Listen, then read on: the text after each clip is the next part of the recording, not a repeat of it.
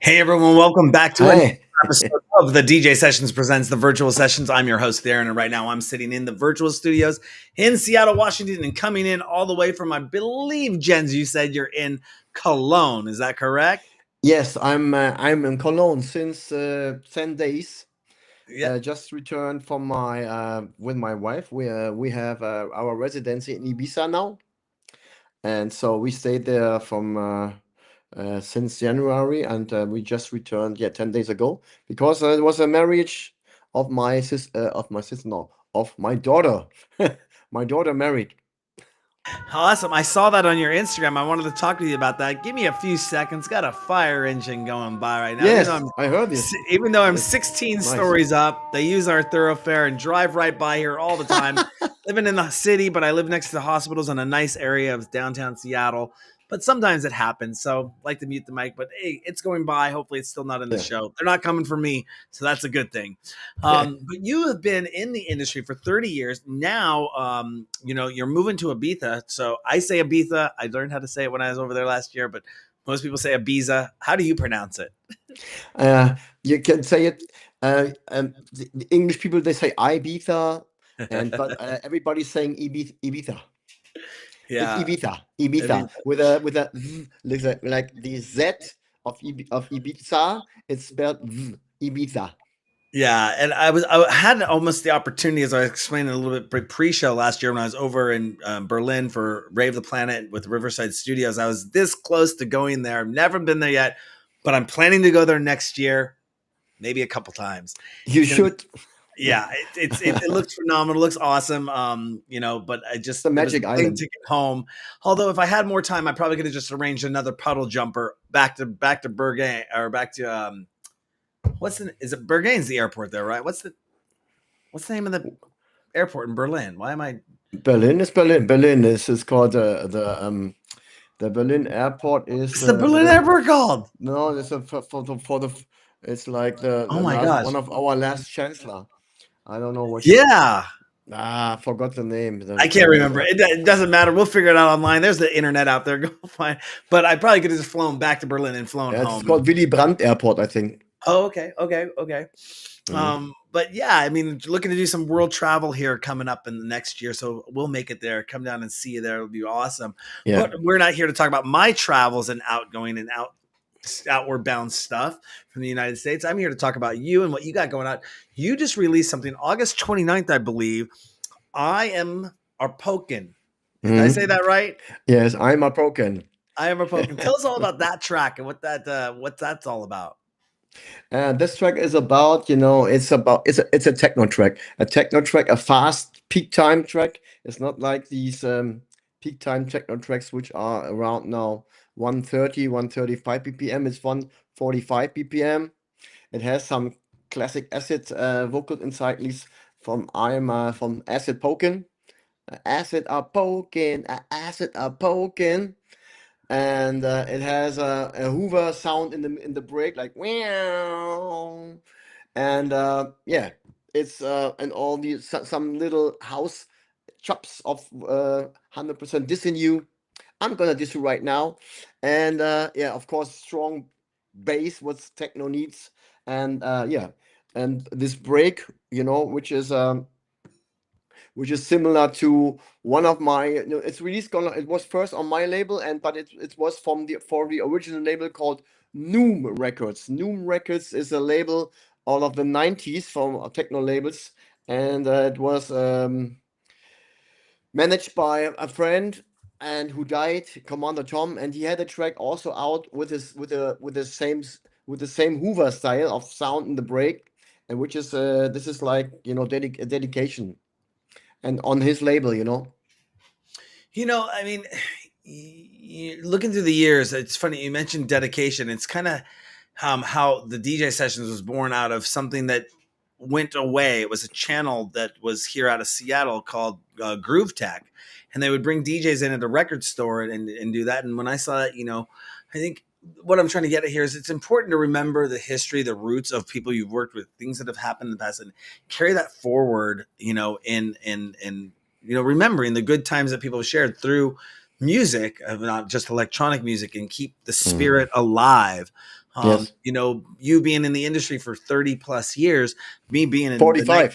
45 or Yeah, 35, 45 years, 45 45 years, you as a know, DJ, yeah. you've seen a lot come through, especially, you know, with obviously the culture moving from turntables and vinyl to digital, and the barrier of entry coming down or coming to almost zero for DJs now. To I can go to the store, pick up some decks, and learn how to DJ through YouTube videos, and I can get access to albums and records so quickly where you're not having to press the vinyl and maybe make 5,000, 10,000, 50,000 copies if you had the money for it to Mhm. distribute those worldwide, and get them out there. Even from the label management side of things, I'm sure you've seen all the changes. You've been there. I You've seen saw everything everything from the peak. You know, when I was a little boy, 15 years old, I discovered disco music. You know, and it was in 1979, and you know, I mentioned it maybe in our other story already, but I'm not tired to tell the story, you know, to people, to listeners, because this is my history. So when I was 15 years old, we had a club here in where I was born in Hamburg, Germany. It was like the Studio 54, and it was built from a design circuit company from New York City. They built the light show and the interior around in this club.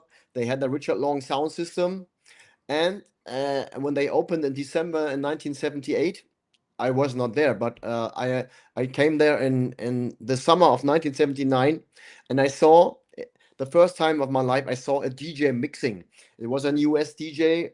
His name was David Bigoon. It was not a famous DJ from the States, but you know, when the club opened and in December of 78, they had a girl called Sharon Lee. Sharon Lee was she was famous for because she was out of New York City and played there some shows, whatever. I don't know what her history, but the thing is, was she and then the owner, she left to New York City back, and he had another US DJ. I came to this club. You have to, you know, these days back in the 70s, there were turntables like Thorens. There was also the first Techniques to 1200s, but they had Thorens with a belt drive system, and what I never saw before until that, because I haven't seen any mixers until then, but they had a rotary mixer, a Bozak, because you know the mixers what it was in Europe, they were all with faders, but the rotary was brand new, and I was watching there with my 15 years old above. You know, I could look down on the DJ, say, "Whoa, what he's doing there with like," and I said, "What the fuck is he doing?" You know, and so this was mixing. You know, and imagine in 1979, 1979, yeah, it's 1979. There was no newspapers for me as a kid, you know, for I didn't have a billboard or whatever, and I didn't know information about, you know, like today when you could read everything on YouTube, but there was nothing, you know. And so I asked this guy in between two records what he's doing. Say, yeah, this is called beat matching, and you have to listen to the records and the beats one that they are go sync on one bar, and okay, what the fuck is he telling me? And then the funny thing is, you know, he was mixing and putting one record off, and I didn't know it was US imports for me. You know, this music was not available in Germany that much. You know, we had a once.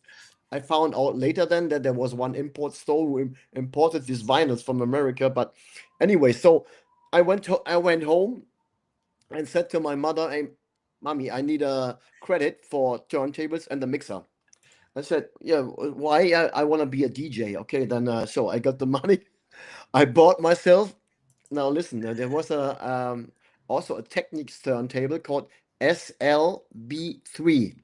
That was one of the early Technics turntables, also with a belt drive.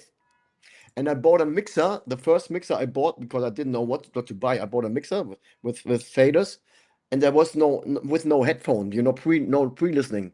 And I had my turntables, the mixer, and I said, yeah, I have now two records, and that how can I listen to the other record while one is playing? I only could hear the one which is playing on this kind of mixer. So I said, what the fuck? This is something wrong. Then I went back to the store where I bought. I said, I have the problem. I can't listen to where. Yeah, you need to have a mixer which is upgraded, with a pre-listening function. So I bought this mixer, went home, and the first thing did was with 2 copies of Chic Good Times. I tried to mix it back and forth, and then I found out to play both at the same time, like good times, good times. You double them and phasing. I discovered phasing. Then I discovered beats per minute, and nobody told me about beats. I only knew that records had different tempo.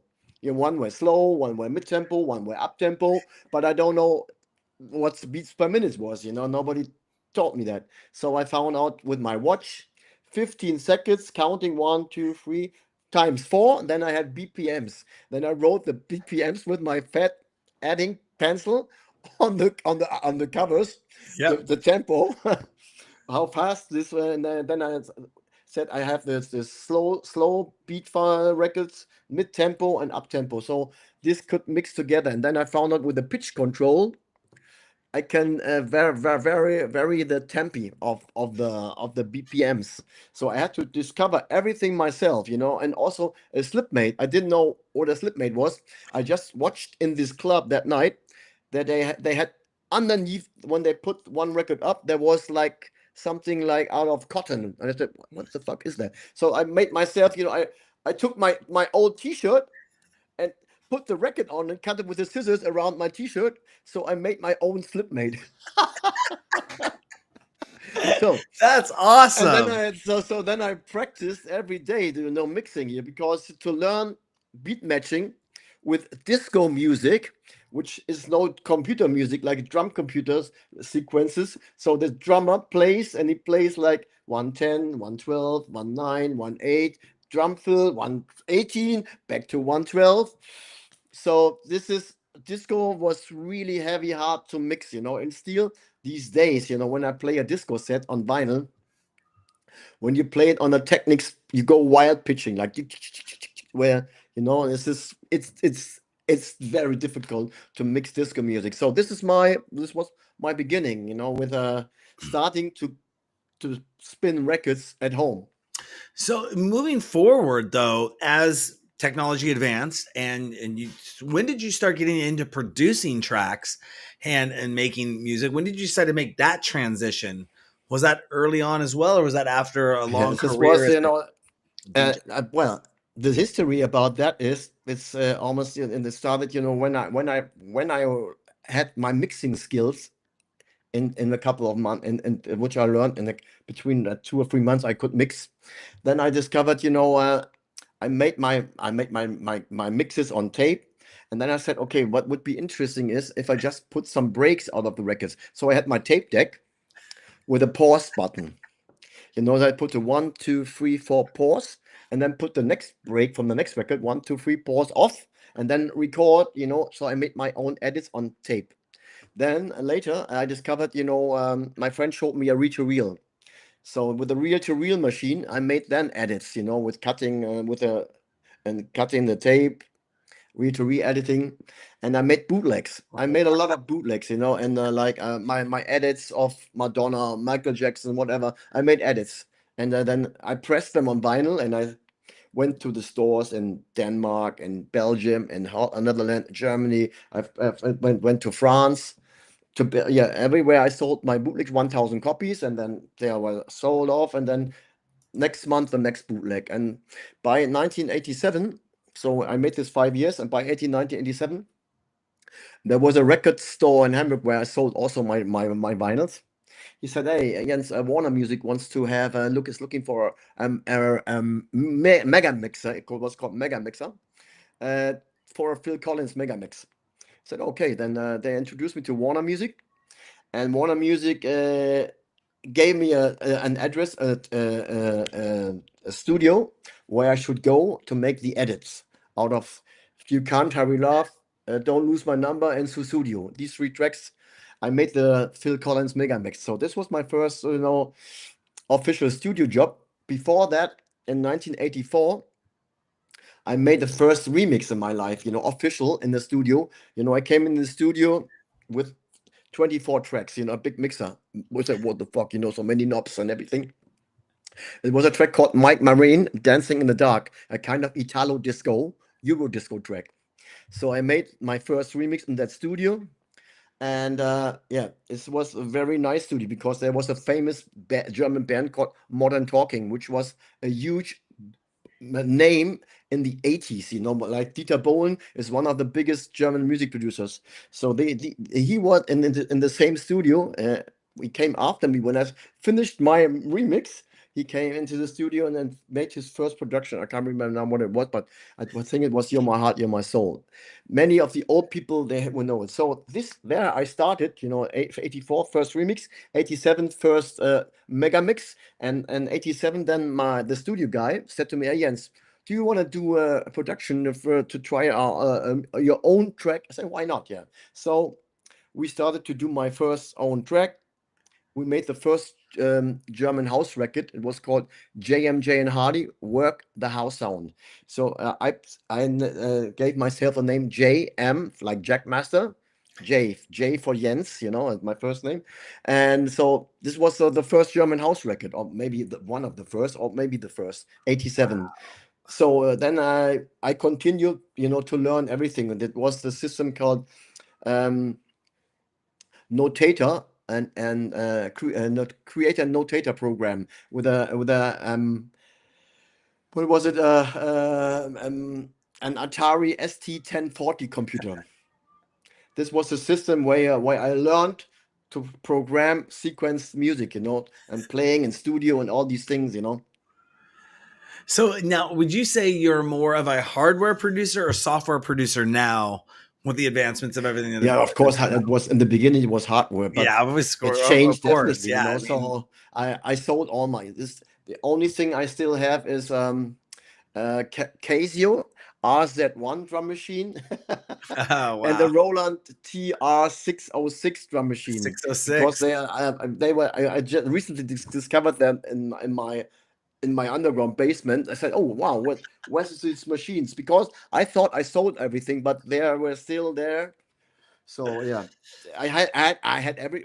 Imagine if you're starting, you know, very early in the 80s, you buy all these hardware stuff. You know, I had everything from Roland, Oberheim, the Moog stuff. You know, from Moog Prodigy, Moog, Mini Moog, everything. And so yeah, I sold everything during the years, and now it's like this. I don't produce anymore because for me it's no need. I just do. Sometimes I do one track, but for me it's no need because I am not a DJ who is going out to play.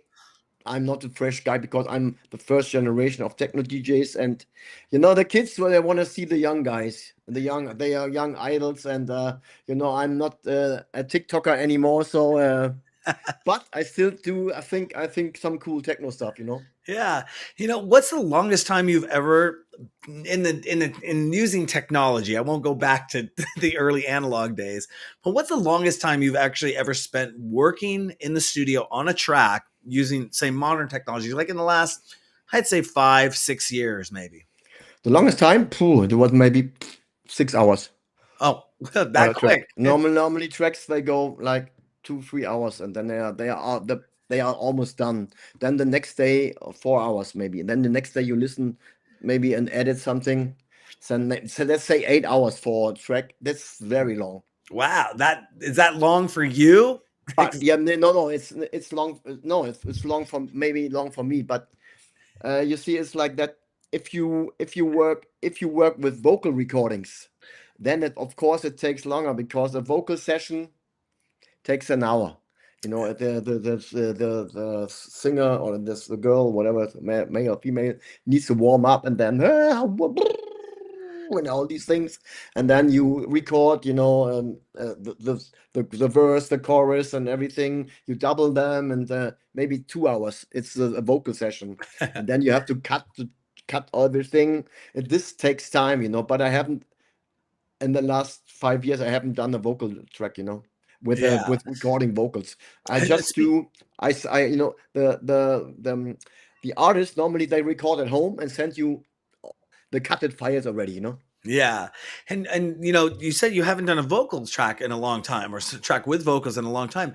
Do you ever make music completely out of your own genre that like never gets released, that you experiment and say, I like I might No, want no, to no, no, no, no. I'm save because I'm no, focus. because I don't have the time for that, and I don't have the, I did this now since for more than 30 years, So for me, it's like I have a full-time job with my music labels. I manage almost 60 labels. I run 25 on my 16, own. 16 or 6D? 60, 60, 60, 60. 660, more like 63 or something like that. Wow. So and I do 20 myself, and the rest I do with label partners. I have partners and which are I manage the label, and we are partners in the label. So that's what I do. It's my distribution thing. And are these all different genres, or they fall? I'm Yes. assuming different genres, different. Because I saw your From new disco, Afro house, house, tech yeah. house, melodic I mean, house, techno, hard techno. I see on your Instagram you got Studio 3000, Monkey League, TCP, Yeah, a Av, lot of and these are quite a few. Got I Big do a lot of Soundscape, yeah, White yeah. I do Line. a lot of funky house and new disco stuff as well, and Afro and tech house, because the new generation of young kids, they are into pop, Afro, Afro with melodic influences, a little bit in Ibiza, for example, or in the world. Melodic house, like these Tales of Us Anima thing, is going. But the biggest thing for streamings is Afro house now, and it's tech house. These are the two most heard genres and the best selling genres, and which are really tough, big concurrence, and a lot of everybody. If what is the hot shit? Many people want to do this also. Yeah, we just launched on our site two new things that we're really excited to start filling up and keeping the data going on. One of them is a music section on our site. We were talking a bit about that pre-show, about where artists that we interview come on the show. We can list their music, not to sell, but to definitely help promote and get it out there. We're not, we're just about really sharing with the world the artist's music and what's going on out there. But we also launched a site page on our site with the DJ Worldwide rankings, which talks about the top basically 20,000 DJs in the world, Ooh, oh, wow. and then also a top music genres table. And tech house is definitely cranking up in that notch, along with traditional house. I'm looking at the chart right now on our Yeah, site. yeah, It's a pretty comprehensive study that we put together. We update this once every year. We're looking to update that once every year. We're using our data that we pulled from 2024. But yeah, Mm, Tech House has definitely made a niche on the scene there. mm. Speaking of music and releasing music and putting it out there, do you expect Beatport to have another serious competitor in the next few years? Or do you feel they're going to be able to still maintain their kind of monopoly that they got? I know a lot of artists are looking at Spotify, or they're moving away from Spotify just because of political reasons. Don't need to talk about that stuff, but they're going to things like Bandcamp, where they might have a little bit more financial gain by working with that. Do you expect Beatport to have a competitor in the next few years? The only competitor which they have is Traxsource. Traxsource Trackstars. is strong, but only strong with house, and a little bit of like discos, this soul house things. This Mhm. is where Traxsource is strong. So let's say like this. The DJs still buy the tracks as downloads, because some try to launch the streaming, that the DJs could stream from Beatport or whatever, use the Mhm. streaming thing. But as a DJ, it's still like this. For me, you're hunting for a track which you like, and you want to have it in your drive. Crate.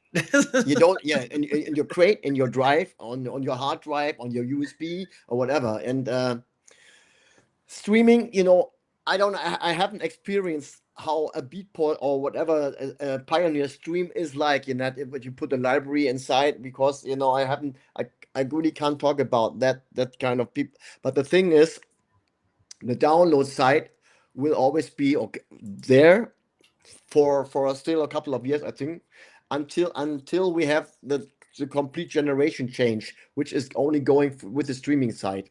But for the artists, the Beatport thing is for electronic music the biggest store, and there will be nothing else, because there is one This is one. There's one, and there's a little number two. But there are many other people who tried. I was just this summer. I was at the IMS in Ibiza, and I met some guys from, I don't know where they're from. They were from, I'm not sure where they were from, but they tried to, hey, where are you from? Yeah, we are here from, I think they were from Spain or something. I don't know. They tried to launch a new download store. I said, whoa, so what's new with your store? Yeah, we are this, and we have to change. We have good prices, but the thing is, if you have Beatport, why should you go somewhere else then? Because you get the track there 30% less. As a DJ, if you buy a track for €2, it's not that much. And even, now we come to the other side. The younger generation of DJs, they are, many of them, they try to play their own edits, because it's these days editing is so easy. Or you go to Reddit, or you go to SoundCloud, and you find of a popular track, you find, let's say, 1,000 edits, that not that much, but I mean that, you get a lot of edits from a popular track. And if it's not a popular track, maybe you get one or two edits. And if it's not cool, you do your own edit, because you chop these days, everybody knows how to use a cutting program, and you do your own version, or out of that, you play your own stuff. But still, as I can say from my side, because I have many labels, and I'm pretty good in the Beatport sales. It went a little bit down for me, but I can't tell, because in Tech House, Afro House, I have not the strong labels, not yet, but because these labels are really selling, these genres are really selling good. So I think the download is still there, but it will, and the future is, I think the future will be streaming. There will be still downloads available, of course. It's extra money. I don't know. I also work with what you just mentioned. What you just mentioned. What was the other platform you just mentioned? Uh, Um, Beatport Track Source. no, the other one. I mentioned Yes, you mentioned it. Spotify. No, Spotify is streaming. No, I mean, the sale. I work these. I forgot the name now. Um, I sell tracks there, also downloads there, and on this store, but it's not that I'm selling very much there on this.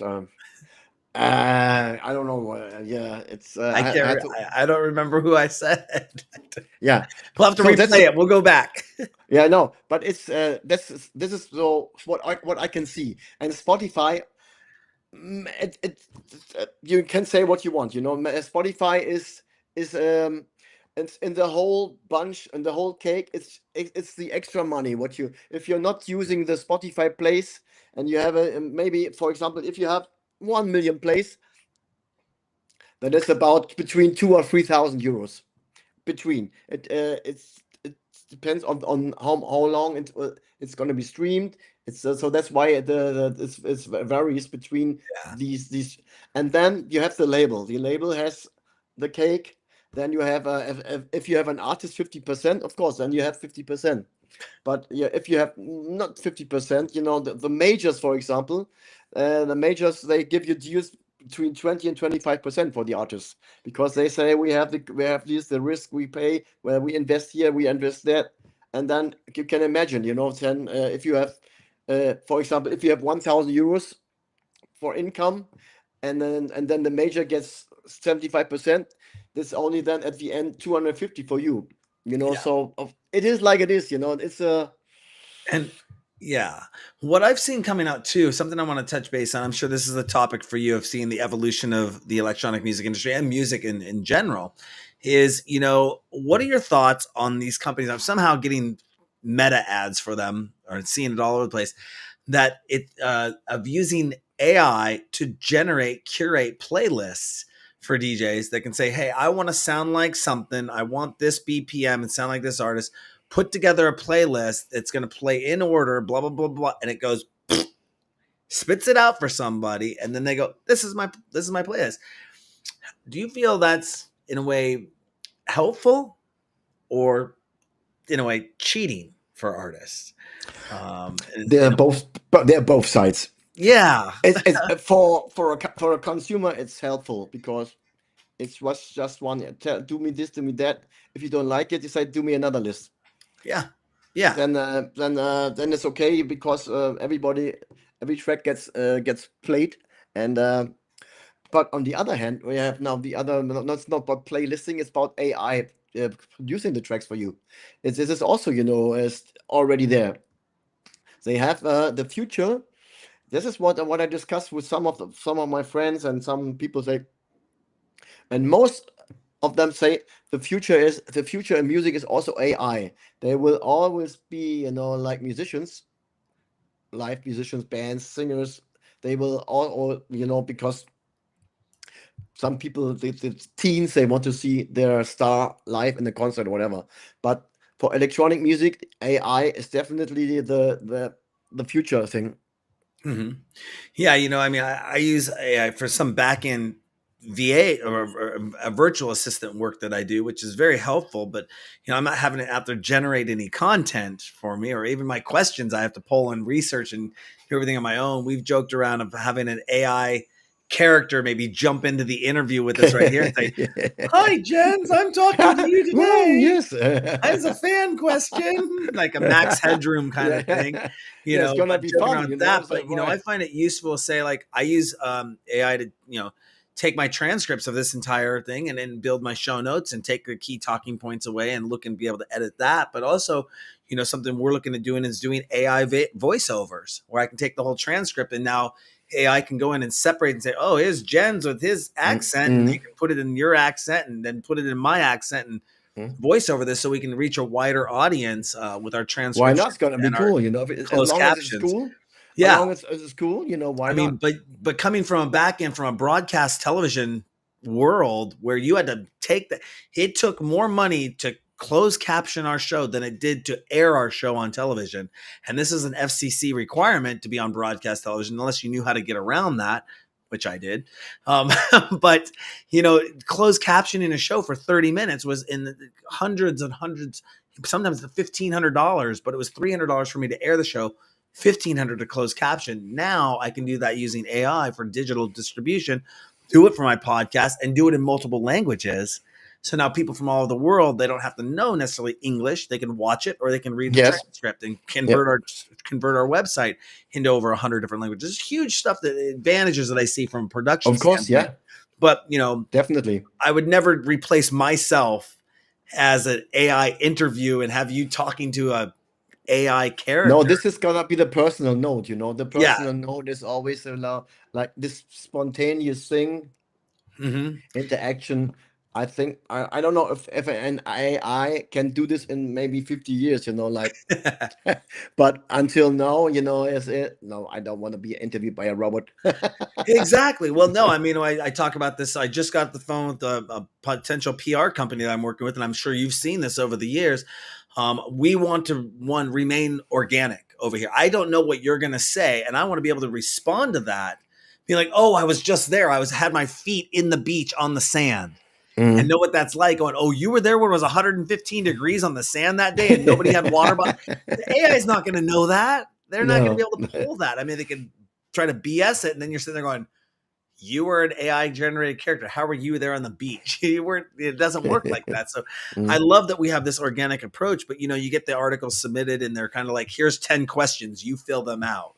Mhm. Or the questions are sent in advance and they're canned responses, that you're just like, here's another one of these. I'm not Yep. knocking any publications or anyone out there. I just, there was an article that came out recently that talked about the death of the media coverage in the electronic music industry because of AI, because people are now writing just sound bites instead of long form stories, because people just want that quick instant. I was there, look at the pictures, look at the video, here we go, next. Mhm. People aren't doing in-depth interviews like that anymore. Well, we're going to remain staying true to that for the future of the DJ sessions. And again, thank you for being here. Do you ever get fed up with making and playing music? And what do you do personally to deal with that? Or any advice you give for being in the industry for so long? Do you have a good mantra, good cool down, take a break way of like, okay, I'm stepping away from the computer and the desk right now, and I'm gonna come back. All right. regimen that you The thing, do. yeah, but the thing is, I have to work every day, almost every day, because, when you have more than 100 releases a month, you gotta have to work, because the stuff needs to the computer needs to be feeded. There's also pages, the upload pages, like Beatport and the iTunes, Spotify. They all need to be feeded with the material. So this takes, you have to write, you generate codes and everything. Besides the music which is made, I don't do the music, but it takes time. So I work, when I have I breakfast, and then I work, do some up releases. Then I go to the gym. That's my day, and then later I check my mails, and then maybe I do, if I'm in the mood, I do another couple uploads. Because it's sometimes it's really stressy to if you but you have to work always ahead. So you have to work for the next months ahead. Yep. And then somebody's calling you, hey Jens, I have the new track. Hey Jens, can you help me here? And what do you think of the track? Shall I add here this and that? And what do you think about the arrangement? Is the mastering? Do we have or the demos? Do you have a mastering studio where I can master the track, or is the mastering sounding good? You have to be there for sometimes, and in the evening, after, when I'm finished, I'm really, I close the computer, because it's, for me, it's enough then, because I have music. There's no day without music for me. Yeah, So yep, I can relate to that. People don't see what people like us do. A lot of artists don't see what we do in the background. What goes on to make it in this business. I sometimes joke about the idea of putting a camera up in my office here and saying, let's yes. do a reality television show. Yeah. Just so you can really think. I'm not just the guy who turns on a camera and just starts going, Jens, what's going on? And then boom, this is done and it's in the can, and next, rinse, wash, repeat. I'm at my desk now I get up at 6:30 and I'm on desk sitting in this chair from 7 o'clock till 5 p.m. 5 days a week, and Yeah. try to take my weekend breaks and work on Monday through Friday. But when you're on your own business, there's, like you said, always something coming in, emails, and you don't want Yeah. to wake up Monday morning with 300 emails in your inbox and then be Yes. backlogged Yeah, and you're yeah. dealing with Yeah, all yeah, that, yeah. trying to catch up. So yeah, I definitely can relate to that, Mm. of managing. So congratulations on 60 plus labels. That's phenomenal.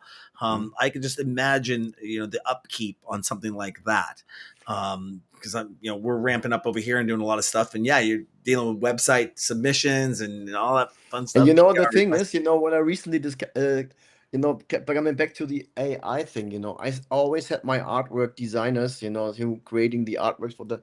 So it was like 2 months ago, when the art designer was not available, and I had this track coming in, and Jens, we have to put this out very fast. Said, what the fuck? And the design, it's Friday evening, the guy is until Monday is nothing to do. So I start, okay, now I started to discover then ChatGPT for myself, for creating my artworks. So now I'm also the artwork designer as well, to on top of all the stuff which I did before. So, and if sometimes I can really smash into the computers, because do you want this cover in this color or that color, or can I add, and then shall I convert it to you? Yes, yes, please convert. Yes, but before we convert, is it I can convert it in a special size for you? This is sometimes the AI makes me crazy, and then Yeah. the AI excuses. Oh, sorry that I'm not working like the way you want it, and but yeah, I said yeah, you're making me crazy. Sometimes I type, in German, yeah.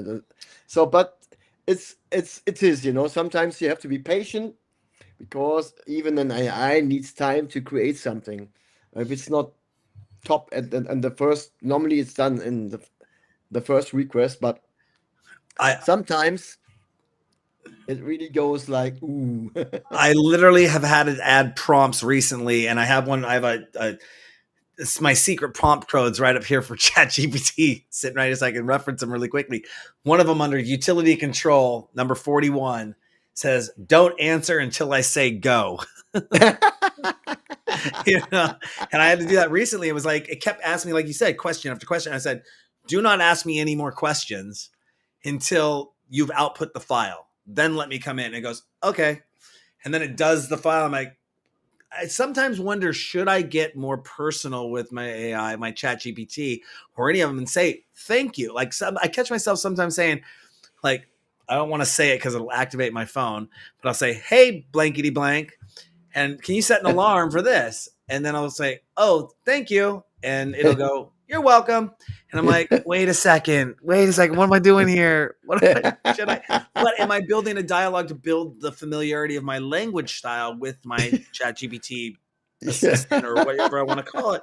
So they know my format and language style. Because could my chat GPT start getting vindictive and be like, no, I don't want to do that for you. You've been mean to me today. And I'm like, oh, I'm locked out of my chat GPT because, well, I'm sorry, I'll buy you some flowers. I'll make some nice programming code for you or something nice I'll take you out to a virtual dinner. Where would you like to go? Can I buy you roses? Or, oh, you're nice, I'll give you everything. Because I heard about the one AI model where they went to threaten to go unplug it or disconnect it. And it started blackmailing the company saying, I'll send out everything on you online if you disconnect me. It was some story that came out. I don't know if it's true or not, but I saw it a couple times. So I'm assuming it was something that happened with this company trying to disconnect it. And it threatened to blackmail the employees of the company. Like, we'll pull up all this and this and this on you if you try to take us out. So, I mean, some funny stuff there. But, AI, I think, is definitely a beneficial tool. I was referencing in an interview I just did with a DJ producer, longtime industry producer, DJ Sama, and I referenced this article I saw from Paul Oakenfold where he said, like you said earlier, it's good and there's good and it's bad. But you have to, no matter what, at least embrace technology and not shy away from it to understand what it's doing or have a background. And so you aren't just left in the mix. It could be like a DJ that said, I'm going to be vinyl for the rest of my life. This digital stuff isn't ever going to do anything. Where are they now? If they didn't adapt and move forward, they're like, I'm going to be a purist. Okay, well, that's great, but here's the industry shift. But even the vinyl DJ plays tracks which are made with new technology. New technology, exactly. So only if he plays old vinyl, then not. But yeah, exactly. Yeah. So it's just being technologically savvy, or at least have an idea what's going on. I take AI classes just so I know that, but I know it's going to be something huge, just so I can have a basic understanding of it. But if you could go back, say 30 years and knowing what you know now, go back 30 years in music history, time machine, or go 50 years forward in music future and see where things are at, which way would you go?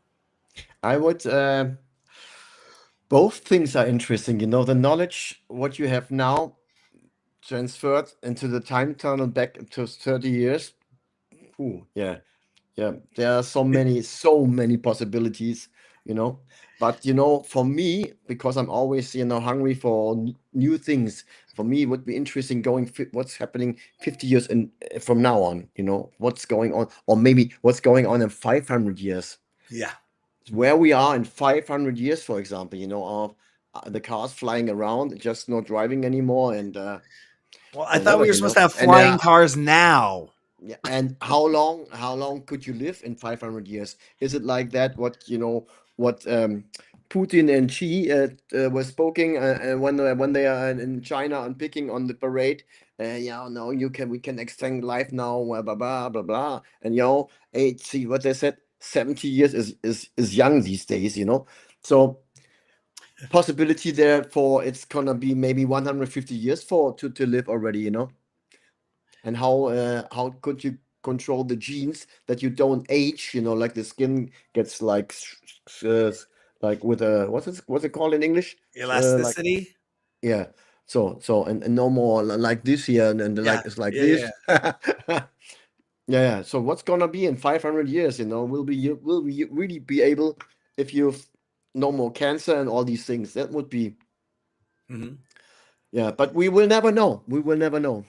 Yeah, and you mentioned earlier about the younger DJs and the audience and the fans wanting to see the younger kids. They're in the TikToks, the Instagrams, all of that, and some of the seasoned DJs. I won't say older, but seasoned, more educated, or long-term, long-standing people in the community are not getting necessarily booked as much because they aren't keeping up with their Instagrams or their TikToks or making them hot in that way or their shape. What measures do you take to actively promote yourself, your releases in your career? Do you work with a PR company? Are you doing this manually yourself, or No, well, as I told you, no, I'm not taking care about this anymore that much, because my main business is not a label thing. I have the young people standing now there in the front, in the first row. For me, it's like just having fun. If I play gigs, I decide where I play, what I play, and and sometimes I do a video, I do a trailer, but for me, it's not necessary anymore. But if you are in the business these days, everything is so fast. The tracks are almost only, if you can say, the DJs mix only 2 minutes, and then there comes the next track. If I was some of the shows, depends on where I was. For example, I was this summer in the Ushuaia. When I was invited on the party because one of my artists, Block and Crown, he played on this party from Dimitri Vegas and Like Mike. There was like Steve Aoki playing, and Dimitri Vegas, of course, and the new guy, the new Avicii from Sweden. I forgot the name, and they played 2 minutes, the next one, and then and it was like these EDM stuff. But also in techno, it was like, the DJ played the tracks to 2.5, 3 minutes. The tracks are short, and many people only play the edits. And some of my artists ask me, "Hey Jens, do you think it's only necessary these days that we only release the edit, not the extended version?" I said, "Yeah, for downloads, some of the DJs, they still want maybe to play the extended, but the streamers only want the edit. So it's a very, very, everybody's, you know that yourself. It's a fast moving thing at the moment, and since a couple of years, I think it was after Corona. I think before that not, but after it was, everything was starts speed up, hectic, like TikTok, like first swipe, swipe, swipe, swipe, swipe. We want the next, the next, the next, the newest, the newest, the newest, news. It is a generation like this at the moment. It might be changing, but I'm not sure if it's gonna be changing. But because it's the social media is there, and everybody wants more and more and more and another information. For me, personally, I don't like these TikTok things. For me, it's too much stress. It stresses me, like bang, bang, bang, bang, bang. I'm not like that. When I see, you just can walk out the street, and when you see the young, everybody is like, I look on my mobile, what's here and there and there and there and there, and well, even but if people are walking, they're coming with a mobile beside you and say, "Oh, sorry." I'm glad you brought that up because there is a topic that's hot right now, and I know you've been witness to this being around, and I've been witness to this being nightclubbing for 36 years of my life of being in nightclubs, is cell phone use at events or nightclubs. And in Ibiza, there was a club that just launched. I can't remember the name of it off the top of my head. You probably know this. DC10. Maybe it's that one, but they said no cell phones on the dance floor. Yeah, DC10. TC, yeah, and then I've seen other. You get it like you get a sticker on the camera. Yeah. When I was in Berlin, I went to a club that's right around the corner from Riverside Studios, and first time I'd ever gone in, and they put stickers on both my phones, and they were totally polite. I'm like, I didn't care. I'm not there to film. I'm old school. I love watching the show. I love dancing. Yeah. I'm not going to sit there, and I'm in video production, so I know it's going to look like crap. It's going to sound like crap, and I'm not going to put that out and say, "Here you go." I'm going to go back to the DJs and say, "Can I do a proper interview with you? Young people Can I get a proper video mix from you for my show?" But most fans don't have a live streaming DJ show that they produce that's going to ask that, or 30 years of video production. But that's sort of becoming trend now, and people. But here's what I wanted to touch on. I just watched the video demo for the new iPhone 17. And what they're doing now is they have dual record mode. So now you can be filming the DJ and stage or performance, but then your front camera, your front face, this is your front camera, your back facing camera towards you can record you in the same time with your reaction shots. So now you're watching the show going, yeah. It's getting you on both cameras now in your video. Made for the from I'm like, 6 to 20. yeah. So I was like, whoa. And I was talking with another DJ just recently, and he said, it's sad, not necessarily sad, but kids that are 15 years old that are going into the clubs now, they don't know what it's like to not be without a phone, to not be there to capture it. We go to the club. I mean, the DJ was up in the corner. You didn't ever see them. The Mhm. people were on the floor. I mean, we were the dancers on the stage that were up there rocking the party and keeping things going. DJ was Exactly. up here in a booth with a plexiglass window, so nothing got thrown up there on the decks, and playing. And I would work my way up into the booth in some of my first nightclubs I'd go to, and people be like, "How do you get up in the DJ booth?" I'm like, "I don't know. I knocked on the door and went up there. And the DJ said, "You want to dance?" And I'm like, "Yeah, cool." And I started working. I started getting to clubs at 19 years old. They're 21 and up clubs with a fake ID and going up behind the DJ booth and standing up there. And then I started working the lights at the clubs. And people would come up and ask me, "Can you take requests?" And I'm like, they'd be like, "Go for it, dude." And we just make a fake list of playlists and, "Yes, here's your request. Thank you." And they'd leave us alone. And people thought I worked the club as the lighting designer. And I'm 19 years old in these clubs. Now, of course, if I was over in Europe, I'd probably be in there at 16 or 17 years old doing this. But yeah, I mean, it was interesting seeing that perspective of I always focus on the music. I want to enjoy what's going on. I'm not going to try to capture it and put it, like somebody said, saw this on general quote, nobody's going to watch the fireworks show that you record on your phone. Yes. It's just No, no. maybe a Because drone show. That's yes. cool. But Yeah, nobody's going to maybe, watch, but like, there's every no. weekend there are hundreds of these festival videos, so Yeah. everything is the same, but every once in oh wow. Yeah, Yeah. but I mean, it's it is not, like it is. We have these festival moments and this mobile generation.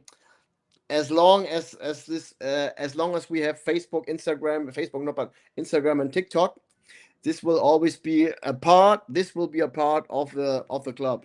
well, and I'm sure that you've seen back in the day, they would have concerts and events and they'd say no professional photography, no recording devices. Yes.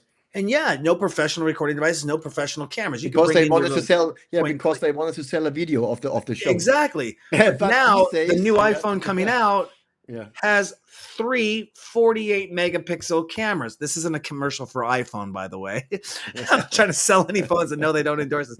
From what I saw, it was a 48 megapixel camera. I mean, 48 megapixels and recording both ways. You have to look at it from the standpoint of one, this is going from a legal standpoint. The venue doesn't give the rights to film on premise and distribute. 2, they don't have the rights to the music that they're filming. So it's a privately closed area with a privately set show.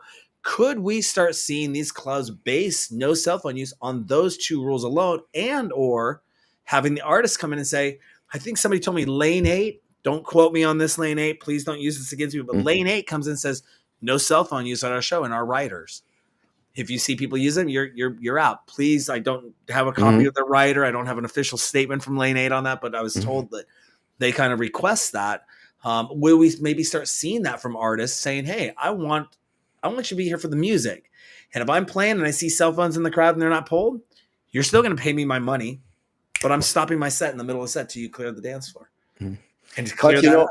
How would that backlash? I mean, yeah, I'm just but the thing is, hypothetically. I tell you one other thing.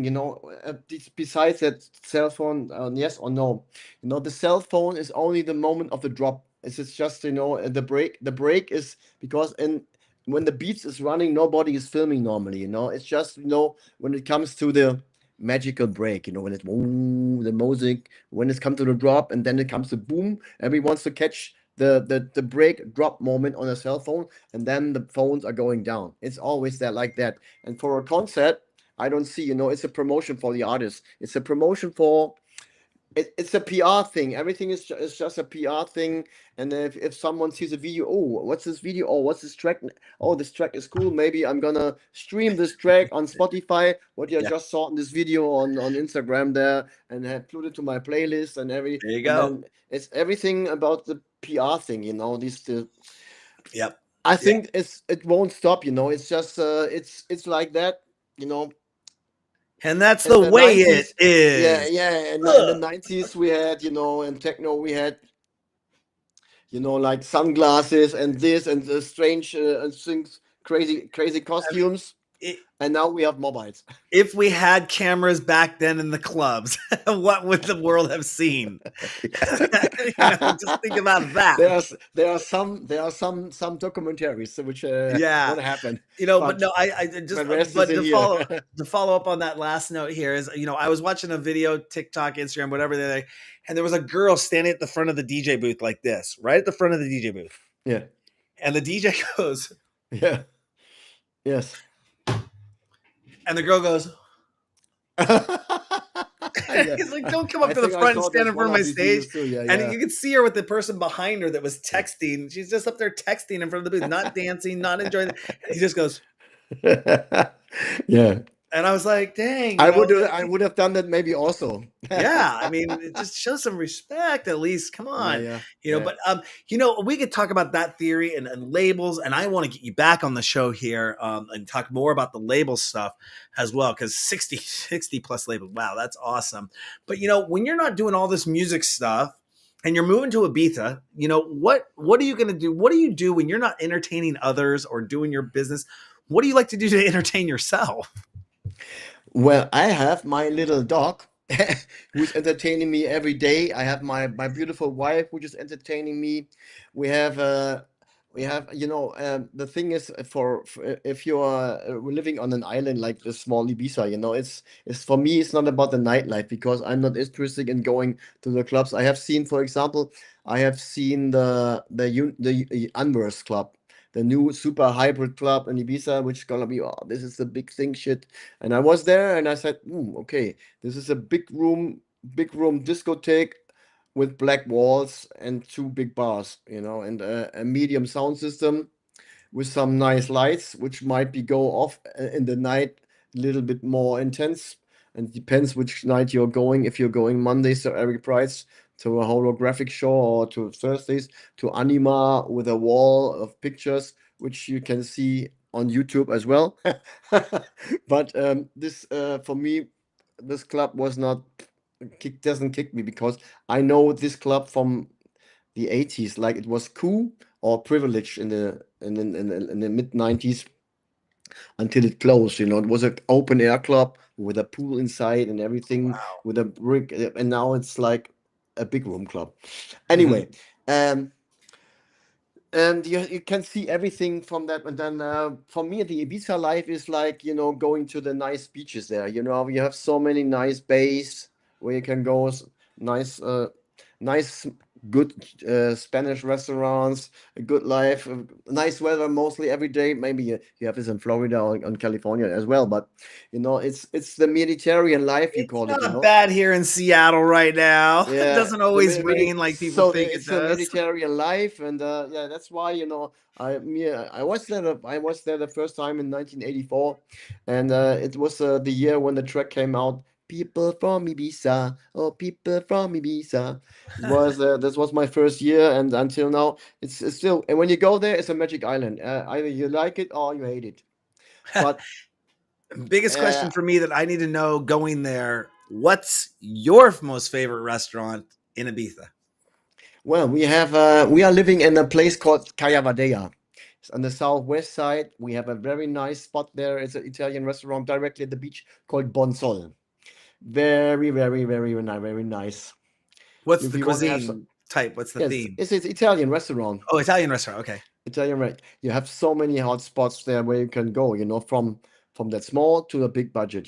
So I write you a list. That's awesome. No, I want to Or know because yeah, yeah. I mean I don't want to do the touristy stuff. I want to know, like, hang out. I'm there to do, if I go there, it'll be press, it'll be work. I want to have fun. But I Yes. like to take in, I commonly ask artists when they travel around the world, when they do these gigs all over, do they get time to take in the sights, the sounds, the culture when they're in these cities? And I'm a huge I have no clue, foodie. but So maybe you see all of them everywhere because it's not that big island, because yeah. you can drive in 45 minutes from one end to the other end of the island, Okay. So you go there and you have the three big cities like Ibiza town where the harbor is. Then you have Santa Eulalia and in the north, and on the other side San Antonio is where Okay. the UK people are, and There you have the Pikes. You know, Pikes was the club was famous for, well, because Freddie Mercury was there and Wham did the video from Club Tropicana in this. Yeah, I really. know They that were. video. Yeah, yeah, yeah. That's where Da this was the Pike. da da Yeah, da da da yeah. da. I This just was pretty nice. And then you have in the hills of San Antonio, you have a club called Cinco dos Ocho. That's 528, which is a completely open air location with also inside clubbing because at 11 you have to close the because there's a living area in front of the down the hills, and then at 11 the open air area is closing. But this area I discovered that in February when the club was closed, I could drive in with my car in there, and there it holds maybe 20,000 people. It's crazy. You have 12 areas, you know, like every there. There's a spot, there's a spot, and there and there and there. And then inside, there's also I was there on a party, you know, from the Pikes party. I discovered the inside because I didn't know what's inside. It's also huge, you know, crazy this club. yeah, I can't wait to make it out there. I got a chance to finally. I wish I would have gone around the world a lot more in my youth and got a bearings of what it is like in other cities, other countries. Earlier in my life, I probably would have moved out of the country a long time ago. Not that I don't love my United States or love where I'm at. Well, I won't get into what's going on right now. But that Yeah. being said, definitely want to explore the world and more countries, more cultures. Final couple questions here. And I may have asked you this before, but I'm going to ask you once again. If Hollywood were to make a movie about your life, who would you pick as the main actor? In my Hollywood, the main actor, maybe Sean Penn. Sean Penn. Okay, yeah. Yeah. Early, younger Sean Penn, or would this be if The it's a younger period one, piece or yeah. older Yeah, Sean? maybe the younger, the crazy one, because I was always a crazy one.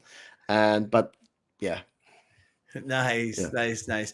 Well, is there anything else you want to let our DJ Sessions fans know before we let you go? Well, what I could say is stay safe and stay healthy. That's what I want to say because one thing we can't buy in our life is health. That's the most important thing in life. So Definitely, take care of yourself, everybody. definitely. I mean, obviously, I'm always on this telling people stay hydrated when you go out there. Alcohol consumption and other kinds of recreational fun is can take its toll over time, and have a good work-life balance. I know that I wouldn't be where I'm at today if I don't get my sleep and have a good work-life balance and keep myself healthy as well. It's just one of those things, and don't have to be too don't have to go overboard with it too much, but at least if you have some regimen to stay Yeah. in there, not over it. I think one of the three, Plato, Socrates, Aristotle, one of them said everything in moderation, probably Socrates, but hopefully it's Socrates. Okay, philosophy majors out there, don't skewer me on that one. But where's the best place people could go to find out more information about you and what you got going on? Would that be your Instagram? Yeah, Instagram is nice. I also have a TikTok and I also have a Facebook for private one and of also official. But you have to. It depends what age you are on. For Facebook, it's the people plus 40. Instagram is from 25 till 40, I would say. TikTok is from 1 to 20, 25. Well, I got your Because Instagram up there. It's Jen Lissette yeah, yeah, official. yeah, Is that yeah, every single one of them is Jen Lissette yes, official? yeah, yeah. Awesome. All right. Cool. Well, thank you so much for coming on the show today. I really appreciate it. We're definitely going to be following up with you. I know we're going to be following up with you because I'm going to be coming to Ibiza next year All and hanging right. out. But I want to stay in touch with you and all those releases coming out and talk with some of the artists that you have on those labels as well. Jen Lissette, thank you so much for coming in. And it's coming in from Cologne right now, correct? Yeah, I'm in Cologne right now, in the middle of Germany. No, not in the west of Germany, in the middle west. Yeah, near the Nice. Dutch border. Nice. And I'm coming in from the virtual studios in Seattle, Washington. I'm Darren. That's Jen Lissette All for the right. DJ Sessions. Don't forget Okay. to go to our website, thedjsessions.com.